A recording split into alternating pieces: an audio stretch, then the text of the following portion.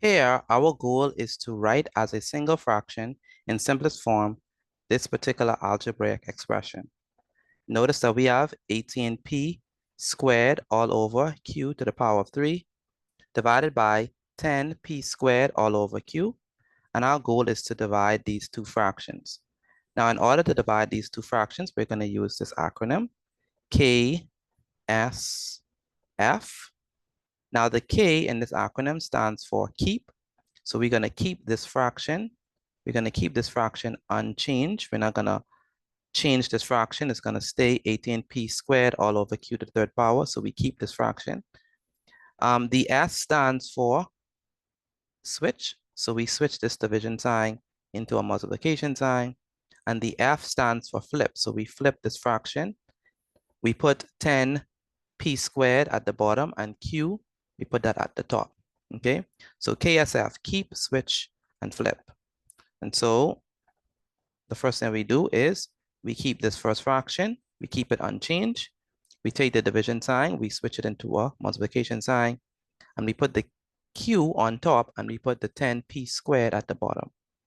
Next, what we do is notice that we have p squared here, and we have p squared here, so we cancel out those two terms.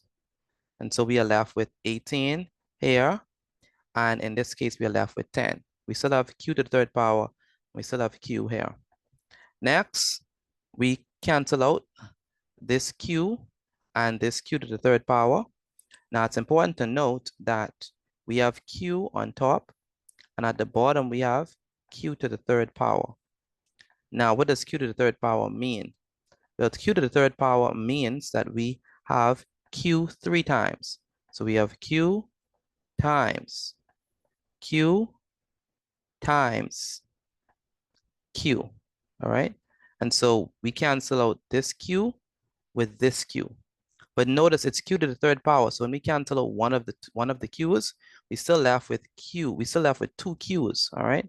So that means that we're going to be left with 1 over q squared, all right? So because we only cancel out one of the three q's, all right?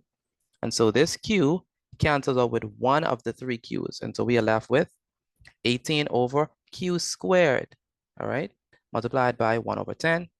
And so 18 times 1 is 18, and q squared times 10 is 10q squared. We can still simplify it because 2 goes into 18 and 2 goes into 10.